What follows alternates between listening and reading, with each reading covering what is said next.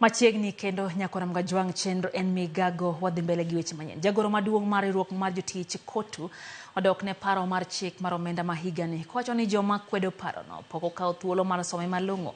Koloso kod jofwambo Atwoli okoni kaka kotu ne gindiko ne sirikal ewi pend chike matama kama oting'o osuru ewi mkate, osuru ewi nyamburko, kind mamoko kendo tok sirikal golo paro mar wito oko odiochieng' manyoro. Koro gimor Atwoli oparo ne jo-Kenya ni Ruto nochikogi ni ok gibi tiyo kod hola e gero Kenya to mana osuru. Omiyo jo-Kenya kik chak ywag sani.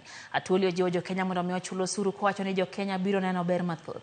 Bende ojiwo jotich mondo omi odonje riwruoge moyangi mabiro konyogi e manyo meto mar osara mondo omi ginyal dago ngima masani oidho. The president said he will not borrow. He said this country must be built by Kenyans. That he said openly. And even when he was campaigning, he said this country, we will build it with you.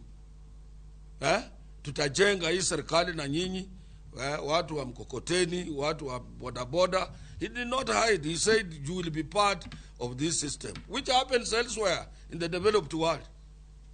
Outside there, a half of your salary goes to taxation. We wrote a letter on bread, issue of bread and so on. Quietly, we complained issues about motor vehicles being levied, how it will affect people, medicines and so on. We wrote a letter after our economists having gone through on that one, and we expected the committee. We wrote to the chairman of the committee of which deals with the budget and finance in Parliament to look at it quietly, so that we can be able also to be heard